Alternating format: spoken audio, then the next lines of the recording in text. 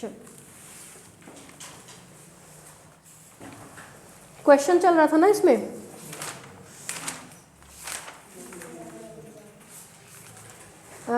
क्या बता रहे थे? लास्ट वाला कौन सा बताए थे क्वेश्चन भाई? वो एक वाला बताए थे ना, बात नहीं, वो वाला बताए थे आपको मेरे ख्याल से, स्क्वायर लैमिना वाला। ठीक है, नेक्स्ट लिखिए, स्क्वायर लैमिना वाला कंप्लीट हो गया था, नेगेटिव आया था ना, कंप्लीट हो गया था वो। नेक्स्ट लिखिए, लगा लीजिएगा मोस्ट इंपॉर्टेंट, लिखिए आ लैमिना इज, ये जो क्वेश्चन अभी करा रहे हैं ये 4 साल के अंदर अंदर ऐड हुआ है, इसलिए बहुत ज़्यादा पूछा जाता है। लिखिए a lamina is in the form of a cycloid, हाँ, a lamina is in the form of a cycloid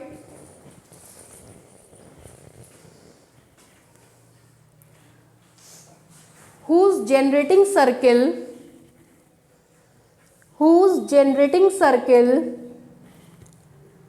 is of radius small a, circle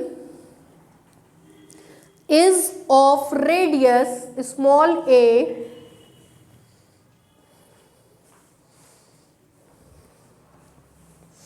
comma rest on top of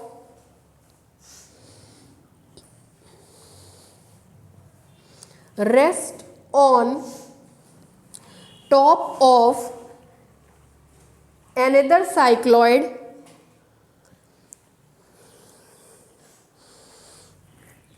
cycloid whose generating circle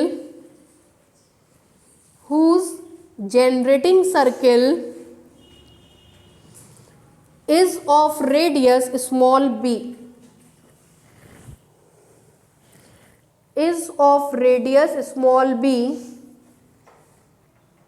comma their vertices being in contact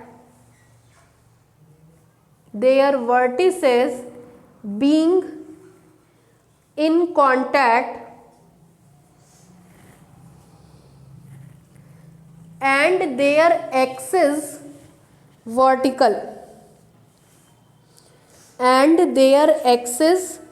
vertical,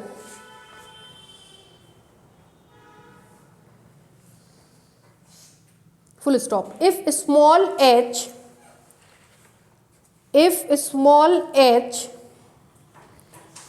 be the height of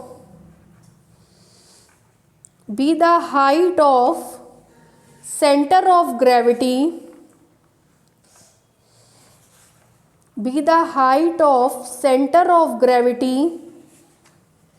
of upper cycloid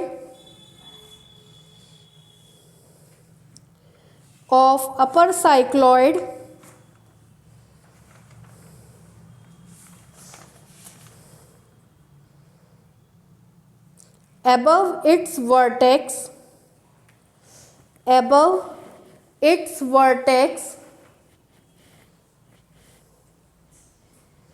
then find the condition of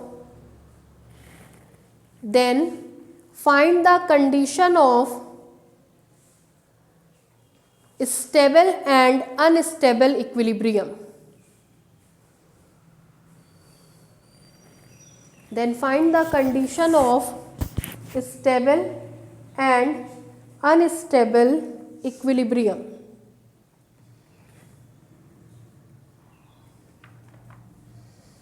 ठीक है, ये question अभी 4-5 साल में include हुआ तो काफ़ी important है। पहले तो इसमें जो खतरनाक शब्द आया वो साइक्लॉइड का है, बीएससी फर्स्ट ईयर तो पढ़े ही नहीं है आप लोग, तो वैसे ही साइक्लॉइड नहीं जानते हैं। ठीक है, उसके साथ एक शब्द और जुड़ा हुआ है जनरेटिंग सर्किल का। ठीक, तो पहले ये 2-3 कंसेप्ट समझ लीजिए क्या होता है। देखिए, साइक्लॉइड को बनने के लिए जिस चीज़ की आवश्यकता होती है वो होता है सर्किल, इसीलिए उसको नाम दिया गया है जनरेटिंग सर्किल। जनरेटिंग सर्किल का मतलब एक ऐसा सर्किल जो साइक्लॉइड को जनरेट करने का काम करता है। ठीक, आपसे इस सवाल में कह रहा है a lamina is of the form of cycloid, जो लैमिना है वो किसके शेप में है?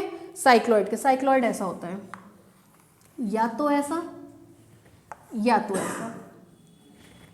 जनरली होता क्या है, ये रिपीट करता है ऐसे, ये रिपीट करता है ऐसे, इसको बोलते हैं साइक्लॉइड इस कर्व को, और इसको बोलते हैं इन्वर्टेड साइक्लॉइड। पहले तो ये जानिए, ठीक है। ये बार बार कर्व अगर रिपीट करता चला जाए तो दिस इज कॉल्ड साइक्लॉइड, उल्टा होता है तो this is called inverted cycloid. आपको पता है जो भी चाप होता है वो हमेशा कोई ना कोई वृत्त का कटा हुआ हिस्सा होता है। चूंकि ये चाप आपको दिख रहा है तो ये भी किसी ना किसी वृत्त का कटा हुआ हिस्सा होगा। वही वृत्त मतलब सर्किल जनरेटिंग सर्किल कहलाता है। अगर इससे जनरेट होता हुआ कोई सर्किल खींचे तो ये इस साइक्लॉइड का जनरेटिंग सर्किल है, जनरेटिंग सर्किल जिसकी रेडियस हमको दी गई है, ठीक। ये पहली चीज़ थी, इसको बोलते हैं साइक्लॉइड ये, और इसको बोलते हैं इन्वर्टेड साइक्लॉइड। साइक्लॉइड चूंकि एक आर्क के फॉर्म का है तो आर्क हमेशा किसी ना किसी वृत्त का कटा हुआ हिस्सा होता है। इस वृत्त को बोलते हैं जनरेटिंग सर्किल। ये जनरेटिंग सर्किल कहलाता है साइक्लॉइड का। जब हम स्टडी करते हैं तो ये दोहराई हुई चीज़ नहीं बनाते हैं, केवल इतना बनाते हैं, ठीक। अब कह रहा है जो हमारा लेमिना है वो साइक्लाइड के फॉर्म का है, ये है कि ये है, उसके लिए आगे सवाल पढ़िए। कह रहा है whose generating circle is of the form of small a rest on top of another cycloid whose generating circle of radius small b. जो नीचे वाला साइक्लॉइड है उसकी रेडियस बी है, उसके टॉप पे दूसरा साइक्लॉइड रखा हुआ है, उसकी रेडियस स्मॉल ए है। अब सवाल ये उठता है कि भाई इसको इसके ऊपर कैसे रखें। दोनों इन्वर्टेड है, दोनों साइक्लॉइड है, एक इन्वर्टेड है एक साइक्लॉइड है, क्या है ये अभी तक क्लियर नहीं हुआ है। उसके लिए आगे पढ़िए। There vertices being in contact, इसको वर्टेक्स कहते हैं। ये आपको इन दोनों शेप को ऐसे रखना है कि दोनों के वर्टेक्स एक दूसरे के कांटेक्ट में आ जाए। अब मेरे लिए डायग्राम बनाना आसान हो गया। एक हम ऐसा साइक्लॉइड बनाएंगे, दूसरा हम ऐसा साइक्लॉइड बनाएंगे, दोनों के वर्टेक्स आपस में क्या हो गए, कांटेक्ट में आ गए। नीचे वाले साइक्लॉइड के जनरेटिंग सर्किल की रेडियस है स्मॉल बी, ऊपर वाले साइक्लॉइड के जनरेटिंग सर्किल की रेडियस है स्मॉल ए, ठीक। ये पहला हो गया, ये दूसरा हो गया, दोनों के वर्टेक्स कांटेक्ट में है। आगे कह रहा है एंड देयर एक्सिस वर्टिकल, दोनों की एक्सिस वर्टिकल है, चेक कर लीजिए, देख लीजिए। एक्सिस का मतलब होता है दोनों के सेंटर को मिलाने वाली लाइन, वर्टिकल हो गई। आगे आपसे कह रहा है if small h be the height of centre of gravity of upper cycloid above it's vertex, vertex को मान लीजिए कैपिटल A, इससे स्मॉल h दूरी पर इसकी सेंटर ऑफ ग्रेविटी है दैट इज G, ठीक है। तो कह रहा है find the condition of stable and unstable equilibrium. बस आपको स्टेबल और अनस्टेबल इक्विलिब्रियम की क्या निकालनी है, कंडीशन। बड़ा आसान लग रहा होगा। पहले तो ये सोचिए कि कौन सा कंडीशन है, एक के ऊपर एक रखा है, एक के अंदर एक रखा है, या फिर z निकालना है। एक के ऊपर एक रखा है, एक के ऊपर एक में आपका फॉर्मूला होता है 1/h + 1/R + 1/r, एक बार ग्रेटर देन और एक बार लेस देन, एक स्टेबिलिटी देता है और एक अनस्टेबिलिटी। एक के अंदर एक में माइनस आ जाता है, ठीक है। और z वाला तो एकदम डिफरेंट कंसेप्ट है, z = f θ का फॉर्मेट आपको ढूंढना पड़ता है, ठीक। ये क्लियर हो गया। अब देखिए कई बार हमने आपको बता दिया कि ये स्मॉल आर और capital R point of contact पे जो चीज़ दिखती है उसकी रेडियस होती है।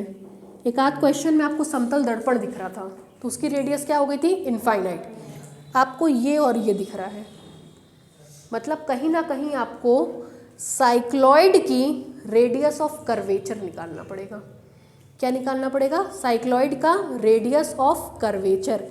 किस पॉइंट पे, पॉइंट ऑफ कांटेक्ट पे। ये इसका सबसे टफेस्ट पार्ट था। तो पहले आपको साइक्लॉइड का इक्वेशन चाहिए होगा, साइक्लॉइड के इक्वेशन से आपको रेडियस ऑफ कर्वेचर निकालना आना चाहिए, फिर उस रेडियस ऑफ कर्वेचर का मान एट पॉइंट ऑफ कांटेक्ट पे निकालना है।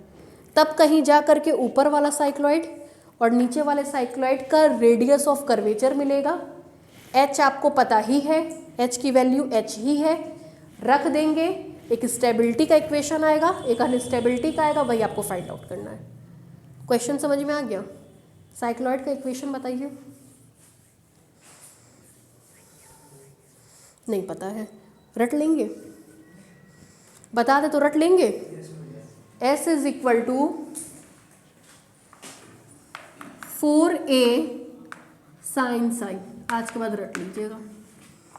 बहुत ज़्यादा कर्व ट्रेसिंग में आता था। कर्व ट्रेसिंग में हमको याद है रेडियस ऑफ कर्वेचर में 22 या 23 बार हम बच्चों को गिनवा करके लिखवाते थे ये, कि 22 या 23 बार आ चुका है ये, अब ये आपको रटा होना चाहिए। साइक्लॉइड का equation S is equal to 4a sine psi किस कोऑर्डिनेट सिस्टम में है, इंट्रिंसिक में। किस में है, इंट्रिंसिक में। S और साई होने का मतलब किस में है, इंट्रिंसिक में। इंट्रिंसिक में रेडियस ऑफ कर्वेचर क्या होती है, रो। रो का फॉर्मूला क्या होता है, इंट्रिंसिक में बताइए formula. ds by d Sai, ds by d Sai, ds by d Sai किसके रिस्पेक्ट में डिफ्रेंशिएट करेंगे, साई के। अब 2 मिनट रुकिए। ऊपर वाले साइक्लॉइड का इक्वेशन होगा S is equal to 4a sine psi. नीचे वाले का फॉर्मूला होगा S is equal to 4, a नहीं है, कौन है, b साइन साई। ठीक है। ऊपर वाले का radius of curvature ds by d psi, कौन है ये, ऊपर वाला मतलब upper, is equal to 4a constant sine psi का डेरिवेटिव कॉस साई। ठीक। नीचे वाले का equation S is equal to 4b sine psi, इसका radius of curvature ds by d psi किसका है, नीचे वाले का, लोअर वाले का, कितना होगा 4b कॉस साई। ठीक। फिर देखिए ये नीचे ऊपर वाले की रेडियस ऑफ कर्वेचर हो गई रो, 4a कॉस साई। ठीक। ये नीचे वाले की रेडियस ऑफ कर्वेचर हो गई रो l, क्या मिला 4b कॉस साई। साई क्या होता है, किसका एंगल,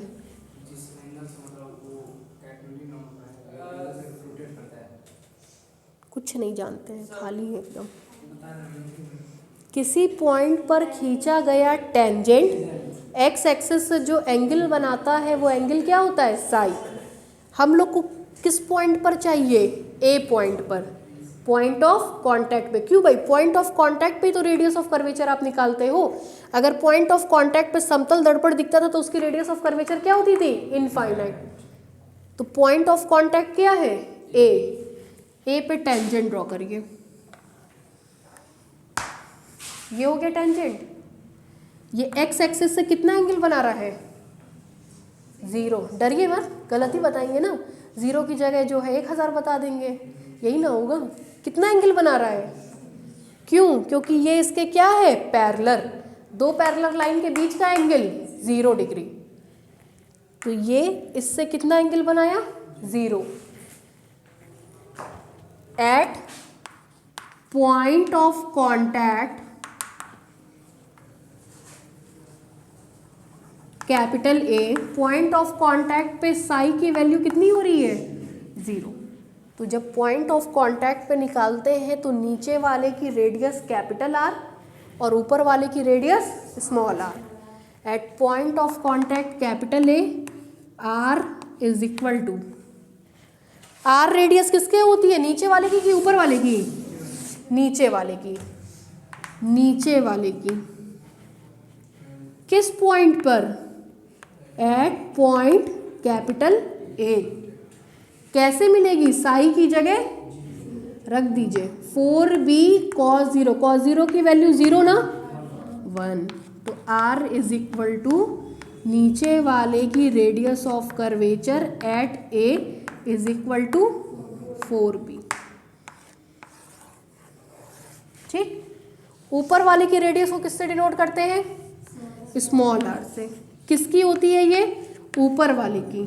किस पॉइंट पर, ए पर। ए कब मिलेगा, जब साई की जगह क्या रखेंगे, रखिए 4a cos 0 कितना आएगा, r is equal to rho u at A is equal to, सही लिखवाए हैं, ठीक है। अब उस पे आइए, फॉर स्टेबल इक्विलिब्रियम,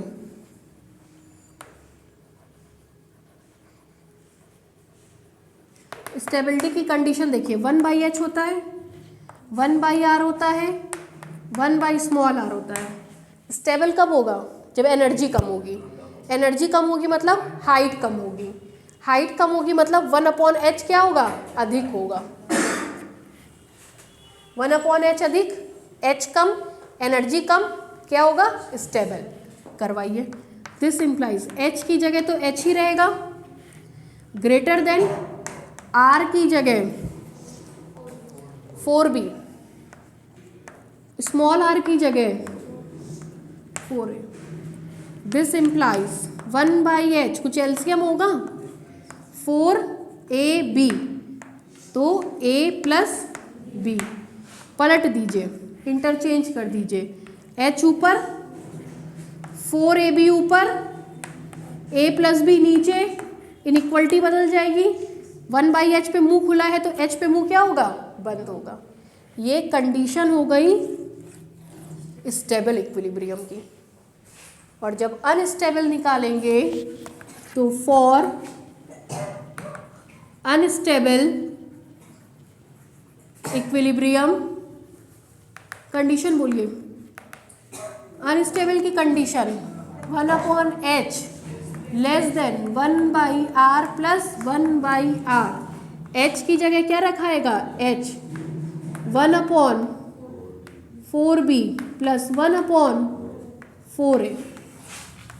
बताइए, 1/h लेस देन, ऊपर की तरफ मिलेगा a प्लस b, नीचे क्या मिलेगा 4ab, इंटरचेंज कर दीजिए, h greater than 4ab upon, ये आपकी अनस्टेबल इक्विलिब्रियम की कंडीशन हो गई। तो उसमें क्या क्या खास था, पहले तो साइक्लॉइड का आपको पता होना चाहिए कि क्या होता है साइक्लॉइड, जनरेटिंग सर्किल कैसे बनता है वो पता होना चाहिए, साइक्लॉइड का इक्वेशन पता होना चाहिए, उसके बाद रेडियस ऑफ कर्वेचर निकालना पता होना चाहिए, फिर पॉइंट ऑफ कांटेक्ट पे टेंजेंट कितना एंगल बनाए, क्योंकि जो भी चीज़ें होती हैं कहाँ होती हैं, पॉइंट ऑफ कांटेक्ट पे। पॉइंट ऑफ कांटेक्ट पे समतल दर्पण है इनफाइनाइट, पॉइंट ऑफ कांटेक्ट पे जो भी कर्व है हमको उस कर्व का रेडियस चाहिए, और किसी पॉइंट पे किसी कर्व का रेडियस रेडियस ऑफ कर्वेचर कहलाता है। तो हमको ए पॉइंट पे क्या चाहिए था, radius of curvature. A point पे साई की वैल्यू 0, क्योंकि टेंजेंट एक्स एक्सिस के क्या हो गया, पैरेलल। वैल्यूज़ को निकाला गया, निकालने के बाद फॉर्मूले में रख दिया, आपको अपने आप स्टेबल और अनस्टेबल की क्या मिल गई, कंडीशन मिल गई। क्लियर है, अब लिखिए,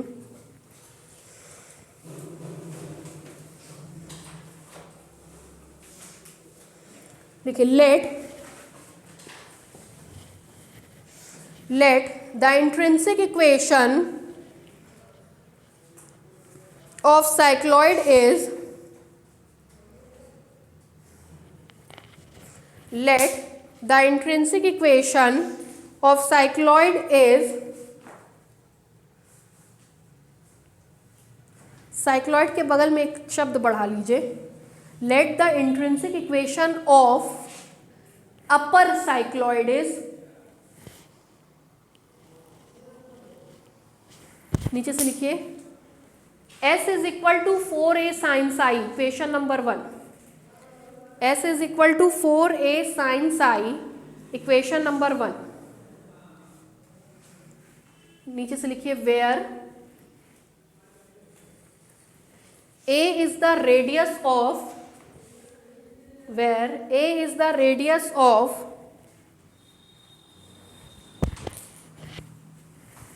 generating circle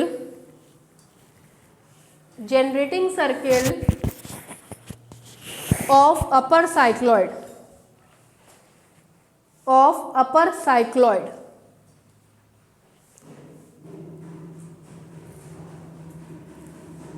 फिर लिखिए नीचे से लेट द इंट्रिंसिक इक्वेशन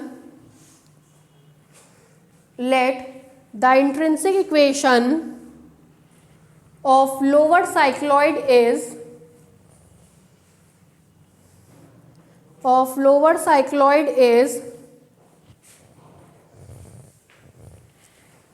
नीचे से लिखिए S is equal to 4b sine psi, equation number 2, where B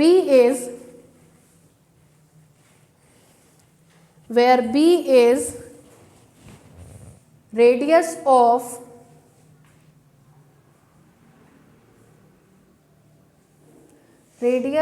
generating circle of lower cycloid.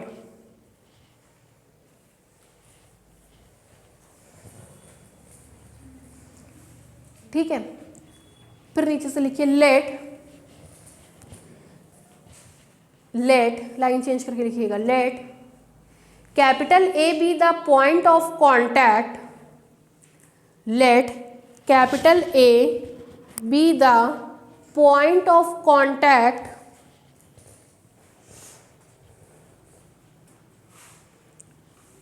of the vertices of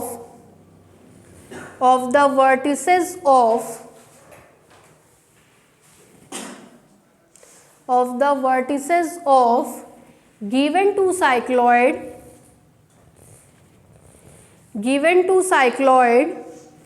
such that their axis is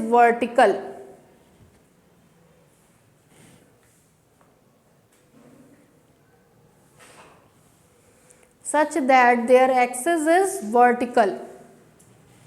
full stop, line change करके लिखिए let small g be the centre of gravity,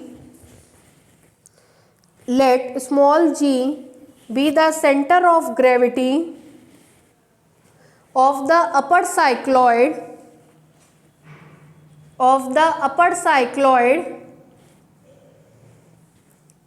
from the point of contact capital A, from the point of contact capital A.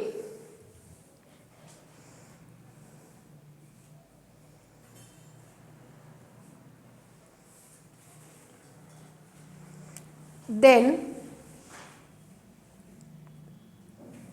नीचे से लिखिए AG is equal to small h, AG is equal to small h, bracket में लिखिए given, ये आपको प्रश्न में दिया गया है।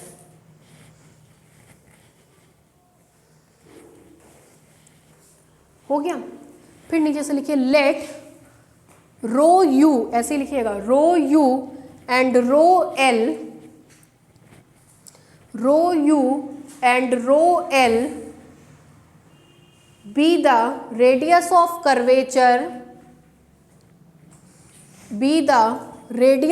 curvature of upper and lower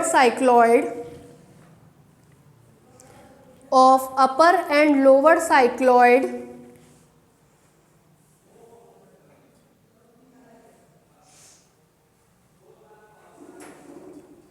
then differentiating equation 1 and 2, then differentiating equation 1 and 2 with respect to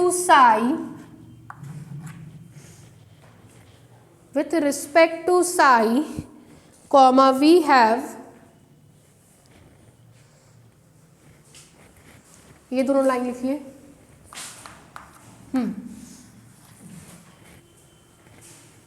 पूरी लिख लीजिएगा यहाँ तक।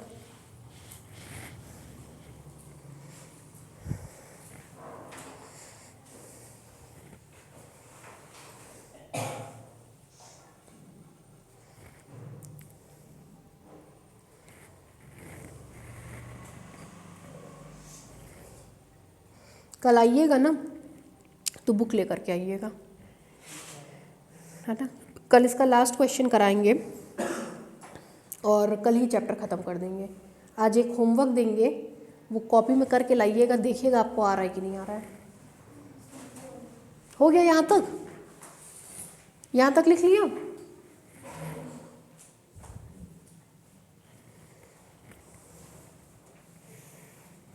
ये जैसे एग्जाम में इस बार इसके आने के चांसेस बहुत ज़्यादा हैं, तो हम पूरा सिस्टमेटिक ढंग से लिखवा रहे हैं कि आपका नंबर ना कटे।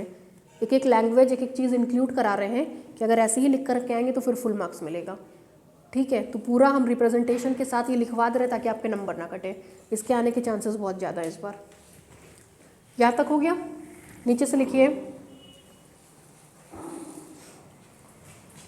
Eight point of contact capital A, at point of contact capital A,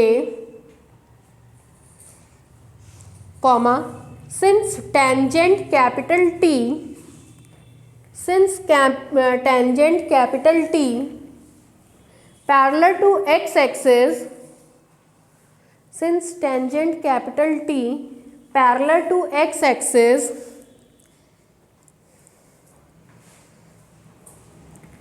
therefore, नीचे से लिखिए, therefore psi is equal to 0, therefore psi is equal to 0। फिर नीचे से लिखिए, let capital R and small r, let capital R and small r be the radius of curvature, be the radius of curvature of lower and upper cycloid, of lower and upper cycloid at point of contact capital A, at point of contact capital A, then अब यहाँ से पूरा उतारना शुरू करिए। ये दोनों line for stable equilibrium, ये फॉर अनस्टेबल इक्विलिब्रियम, वो डायग्राम बनाइए, पूरा उतारिए।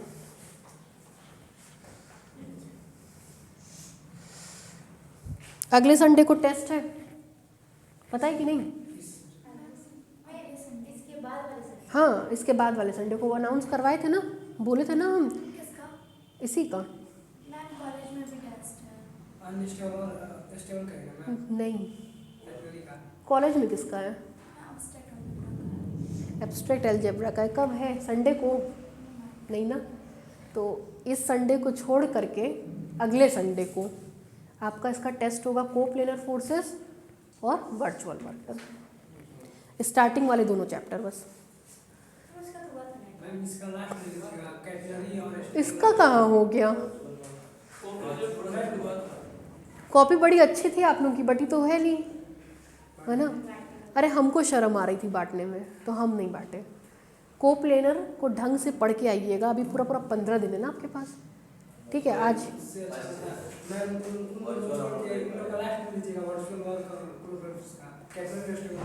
नहीं, पहले कोप्लेनर और वर्चुअल तैयार करिए। कोप्लेनर फोर्सेस आपका बहुत स्कोरिंग है, अगर उसको पढ़ाया गया है पहले, आप कहीं पे भी पता करिए, कॉलेज में और किसी भी कोचिंग में हमेशा डायनेमिक्स पहले शुरू होता है। आपका मैकेनिक्स हमने शुरू किया पहले, स्टैटिक्स, क्योंकि वो टफ था, ठीक है, टीचर भी पढ़ाने से भागते हैं और बच्चे भी पढ़ने से भागते हैं, फिर भी आपका हमने शुरू किया। अगर वो इम्पॉर्टेंट कहा जा रहा है तो उसका मतलब इम्पॉर्टेंट ना, कुछ सोच के कहा जा रहा है, तो उसको ढंग से एग्ज़ाम पॉइंट ऑफ व्यू से पढ़ करके आइएगा। पहले दूसरे चैप्टर का टेस्ट होगा, ठीक है। अगर वो पहला दूसरा आपका तैयार हो गया ना तो पूरा मैकेनिक्स तैयार है फिर आपका। कैटनरी में कोई दम नहीं है, स्टेबल अनस्टेबल में कोई दम नहीं है, अब आगे तो और गिरी पड़ी स्थिति आएगी। तो कोप्लेनर और वो 15 दिन का टाइम है, ढंग से पढ़ करके तैयार करिएगा।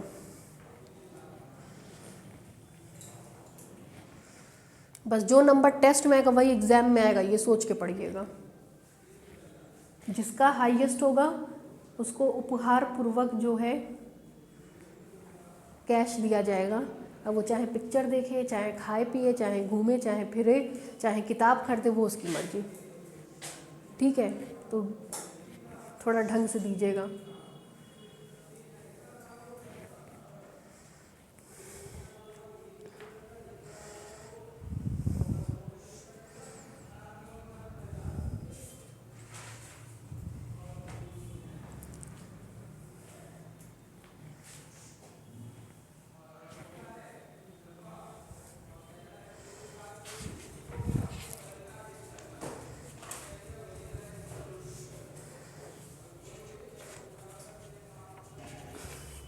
एक होमवर्क दे रहे हैं, क्वेश्चन बुक में एग्जाम्पल में है, बस उसको पढ़ना रहेगा, आपको समझना रहेगा, ठीक है। पढ़ के समझ के कॉपी में कर लीजिएगा, नहीं आएगा तो कल डिस्कस कर लीजिएगा, लेकिन हमको उम्मीद है कि आ जाएगा, क्योंकि उस तरह का एक बार क्वेश्चन हमने पहले भी कराया है। एक आखिरी क्वेश्चन कल बता के चैप्टर ये बाइंड अप कर देंगे।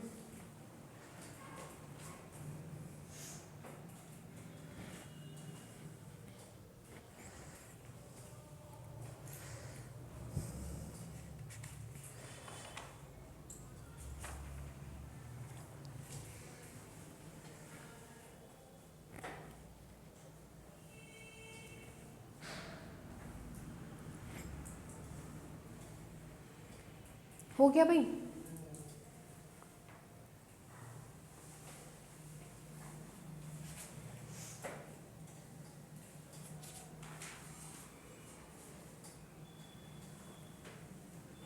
आपके साथ के जो भी बच्चे हमारे यहाँ ऑनलाइन पढ़ रहे हैं, वो जब चाहे यहाँ सेंटर पे आके ऑफलाइन हो सकते हैं।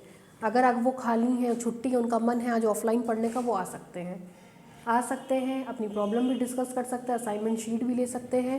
मतलब ऐसा कोई बाधित नहीं है कि वो ऑनलाइन है तो कोई अछूत है, यहाँ आ नहीं सकते हैं, आ सकते हैं, जब मन तब क्लास भी कर सकते हैं, प्रॉब्लम भी डिस्कस कर सकते हैं। वीडियो हमेशा बनता है, वीडियो हमेशा बनता है, टॉपिक मेरे पास सारे रहते हैं। ये इस साल ऑनलाइन नहीं चल रहा, पिछले साल भी चला था। और हमारे YouTube प्रेरणा ट्यूटोरियल्स ऐप पे कम से कम 3500 वीडियो है।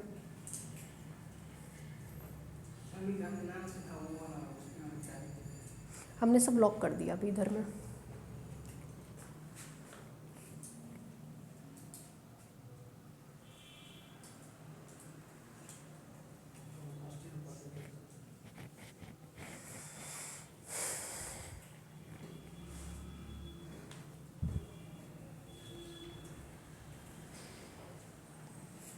हो गया भाई, डायग्राम बन गया। बनाते रहिएगा। एक क्वेश्चन लिख लीजिए जो आपका होमवर्क है। ये क्वेश्चन हम आप लोगों को कोप्लेनर फोर्सेस में करा चुके हैं।